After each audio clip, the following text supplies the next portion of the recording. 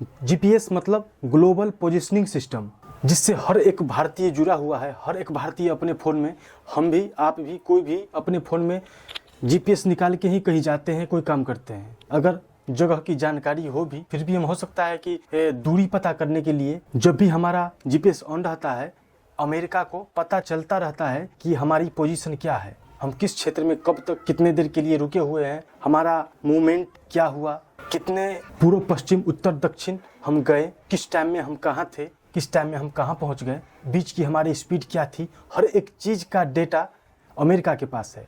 और ये कई सारी जो कंपनियां हैं, जिसे हम अमेरिका के द्वारा भेजे गए जो सैटेलाइट है, उससे कंपनियां डेटा खरीद कर फिर हम लोग को, हमें, आपको या किसी को बेचती है या सर्विस देती है। जीपीएस तो पूरे विश्व स्तर पे काम करता है।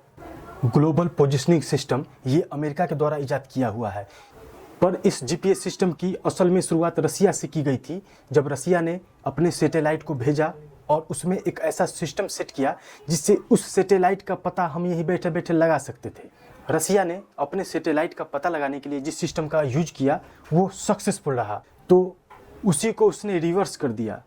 वही सैटेलाइट भेजा गया जो कि पृथ्वी पर की चीज़ों की जानकारी और एक्यूरेट पोजीशन का पता लगाने लगी। फिर धीरे धीरे इस चीज़ को देखते हुए अमेरिका ने और बाजी मारी और अमेरिका लगातार सैटेलाइट भेजता चला गया और अच्छी पकड़ बना ली, जिसके कारण हम या बहुत सारे देश या सारे पब्लिक अभी तो खासकर बिना जीपीएस के हम हो सकता है कि एक कदम ही बढ़े, क्योंकि अनजान जगह पे बिना जीपीएस देखे हम कोई काम नहीं कर सकते हैं।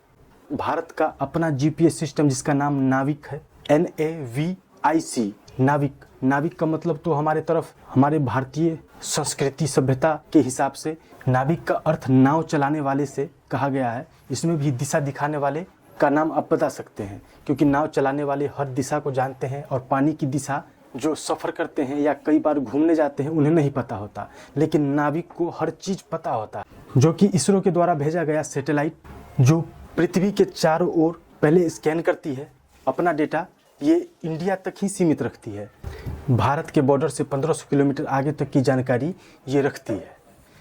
अभी इसका यूज इंडियन आर्मी, नेवी और एयरफोर्स द्वारा किया जा रहा है। ये सब सुन के अच्छा लग रहा है। भारत तरक्की करे, देश तरक्की करे, इससे ज़्यादा हम क्या चाहते हैं। अपनी भूख तो किसी की मिटती नहीं है। तो ये बहुत खुशी की बात है कि बहुत जल्द भारतीयों के स्मार्टफोन में और कार और कई सारी ऐसी चीज़ें जिसमें जीपीएस का इस्तेमाल किया जाता है, उसमें अपने भारतीय जीपीएस का हम इस्तेमाल करेंगे, जिसे नाविक कहा गया है, NAVIC। इसका मतलब नेविगेशन विथ इंडियन कॉन्स्टिलेशन, जो कि इंडियन स्पेस रिसर्च ऑर्गेनाइजेशन के द्वारा किया गया है। बहुत जल्द ये अपने अपने ज़रूरतों के हिसाब से आपके और हमारे बीच होगा और हम इसे यूज करेंगे और हम पे डेटा लीक और इन सब चीज़ों की दिक्कत नहीं होगी, मन में भय नहीं होगा, क्योंकि हमसे लेके आप सबकी जानकारी अमेरिका के पास जीपीएस जो ऐप है, अगर हम ऑन करके रखते हैं तो इसके माध्यम से हमारी सारी जानकारी अमेरिका को हर समय मिलती रहती है, हम चाहे या न चाहे।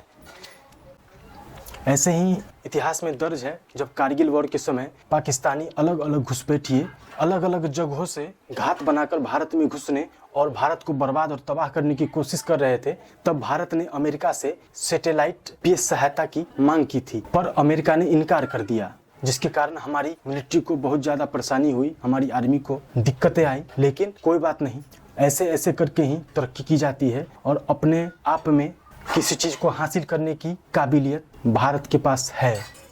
दूसरे देशों के लिए भारत बस एक बहुत ज़्यादा जनसंख्या वाला देश है, मतलब एक बहुत अच्छा मार्केट है, जिसमें वो अपने कई सारे प्रोडक्ट, अच्छा बुरा प्रोडक्ट को सेल करते जाए, यहाँ का बहुत सारा धन वहाँ अपने देश में लेते जाए। पर इसरो के द्वारा भारत ने एक और सफलता हासिल की है और इस सफलता को धीरे धीरे डेवलप किया जा रहा है। इसमें नई नई तकनीक और नए नए सिस्टम ऐड किए जा रहे हैं। अलग अलग कई सारे देशों के अलग अलग जीपीएस सिस्टम हैं, जैसे अमेरिका का जीपीएस, रसिया का ग्लोनास, यूरोप का गैलीलियो और चाइना का बेइदोउ। इनके पास अपनी अपनी जीपीएस है, जो अपने देश की रक्षा के लिए और अपने देश के अच्छे फ्यूचर के लिए, रिसर्च के लिए ये इस्तेमाल करते हैं। तो जिस समय भारत को जीपीएस की ज़रूरत थी, उस समय अमेरिका ने साफ मना कर दिया था अब धीरे धीरे हर एक क्षेत्र में भारत सक्षम हो रहा है। भारत विश्व गुरु बनने की राह पर चल चुका है और चलते जा रहा है, क्योंकि ज्ञान यही है, यहीं से वो लोग चुरा के और ले गए। चुराया गया उन लोगों का ज्ञान है। नाम बदल बदल कर और कॉपी कर कर के उन्होंने हर एक तकनीक को हासिल किया। एक भारतीय होने के नाते बात हमें पता होना चाहिए, अपने नियम, अपने ज्ञान पर हमें गर्व होना चाहिए, पर हम अपने ही ज्ञान को नहीं मानते। जब तक कि दूसरे देश उस पर मुहर न लगाए, हम खुद के बातों पर, खुद की चीज़ों पर, खुद के देश और उसके आविष्कारों पर विश्वास नहीं करते। हमें अपनी सभ्यता संस्कृति पर विश्वास नहीं होता। इसकी सच्चाई और सबूत मांगने लगते हैं, महाभारत और रामायण के सबूत ढूंढने लगते हैं। लेकिन ये सब भारत की तरक्की में कोई बाधा न बने, इसके लिए हमें उठ के आना पड़ेगा।